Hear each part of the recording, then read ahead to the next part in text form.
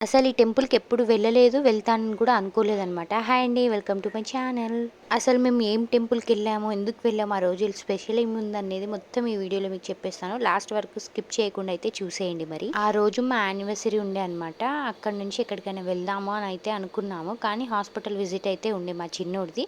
Hospital నుంచి ఎక్కడికి వెళ్దాంలే అని అనుకున్నాము. కానీ ఎందుకో సడన్‌గా ఈ టెంపుల్‌కి అయితే వెళ్ళాలని అనుకున్నాము.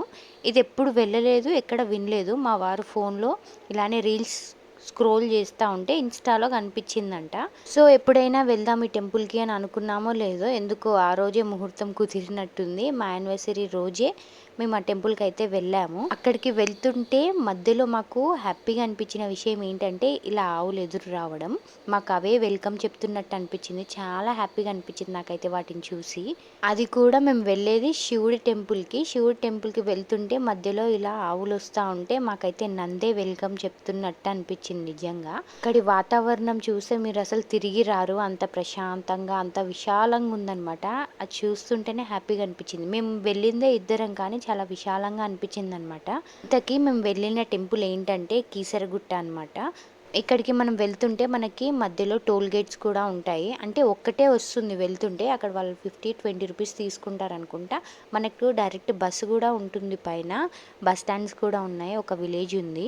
నాకు తెలిసి ఇక్కడ ఏదో స్పెషల్ డే రోజు అయితే ఇక్కడ పెద్ద జాతరే జరుగుతదనుకుంటా మొత్తం.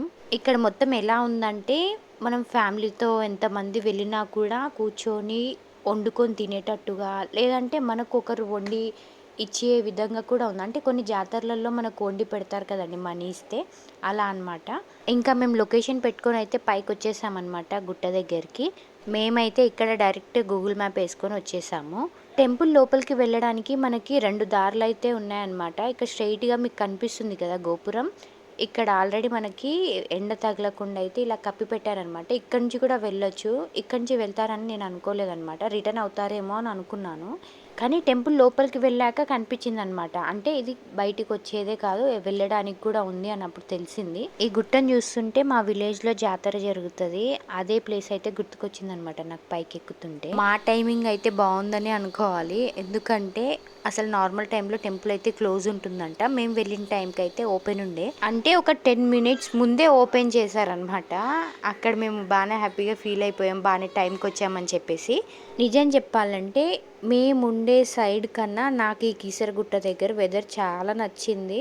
ప్లస్ ఇంకోటి ఏంటంటే మొత్తం చెట్లతో విశాలంగా ఉందనమాట. మనం మంచి గాలిని పీల్చుకోవాలనుకుంటే కనుక ఇక్కడికి వెళ్ళడం బెటర్ నిజంగా.